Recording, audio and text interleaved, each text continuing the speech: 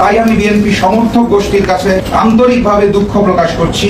দেশের ইতিহাসে এই প্রথম কোনো প্রধানমন্ত্রীকে কুলাঙ্গার বলেও বহাল তবিয়তে ঘুরে বেড়াচ্ছে কোনো ব্যক্তি, তার নাম রাশেদ প্রধান। সরকারের পক্ষ থেকে কোনো পদক্ষেপ না নিলেও বিএনপির নেতাকর্মীরা কিন্তু ছাড়তে নারাজ। এমন বক্তব্যের পর সোশ্যাল মিডিয়া হয়ে ওঠে উত্তপ্ত। রাশেদ প্রধানের বাসার সামনে গিয়ে বিক্ষুব্ধ লোকজন জুতা নিক্ষেপ করে প্রতিবাদ জানায়। চাপ বাড়তে থাকে দ্রুত গতিতে। সবচেয়ে বড় ধাক্কা আসে যখন তার এবং তার স্ত্রীর ব্যক্তিগত মোবাইল নম্বর সোশ্যাল মিডিয়ায় ছড়িয়ে পড়ে। একের পর এক কল, সেকেন্ডে সেকেন্ডে ফোন, দিন রাতের কোনো পার্থক্য নেই। এক পর্যায়ে পরিস্থিতি এমন দাঁড়ায় ব্যক্তিগত জীবন প্রায় অচল হয়ে পড়ে। এই তীব্র চাপ, সমালোচনা আর জনরোষের মুখে রাশেদ প্রধান আর সময় নেননি। পরদিনই তড়িঘড়ি করে ডেকে বসেন সংবাদ সম্মেলন।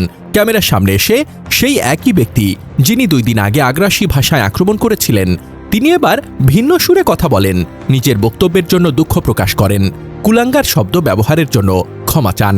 শনিবার দুপুরে জাতীয় প্রেস ক্লাবে আয়োজিত জরুরি সংবাদ সম্মেলনে লিখিত বক্তব্যে রাশেদ প্রধান বলেন, যেহেতু বিএনপির কর্মীরা একটি শব্দ ব্যবহার করার জন্য রাগ করেছেন, কষ্ট পেয়েছেন, তাই আমি বিএনপি সমর্থক গোষ্ঠীর কাছে আন্তরিকভাবে দুঃখ প্রকাশ করছি। ভবিষ্যতে আর ওই শব্দটি ব্যবহার করব না বলে কথা দিচ্ছি।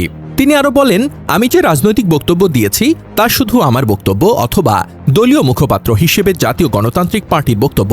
এর সঙ্গে আমাদের 11 দলীয় ঐক্যের কোনো সম্পর্ক নেই। অতএব আমার বক্তব্যকে জামায়াত অথবা 11 দলের বক্তব্য হিসেবে যারা প্রচার করছেন তারা ভুল করছেন।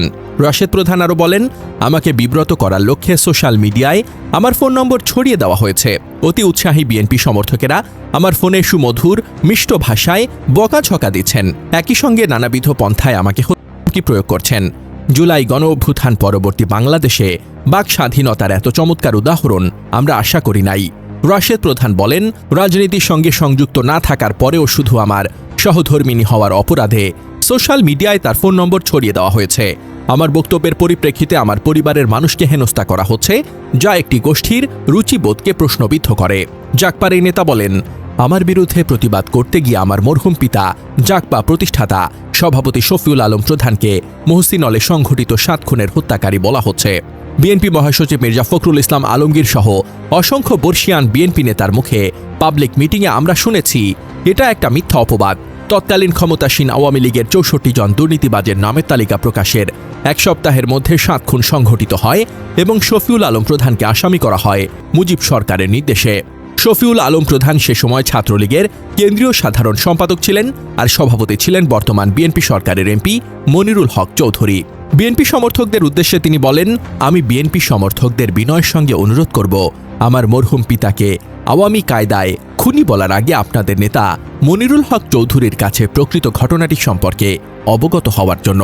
ওনাকে খুনি বলাটা তো শহীদ প্রেসিডেন্ট জিয়াউর রহমানের সিদ্ধান্তকে অসম্মান করা।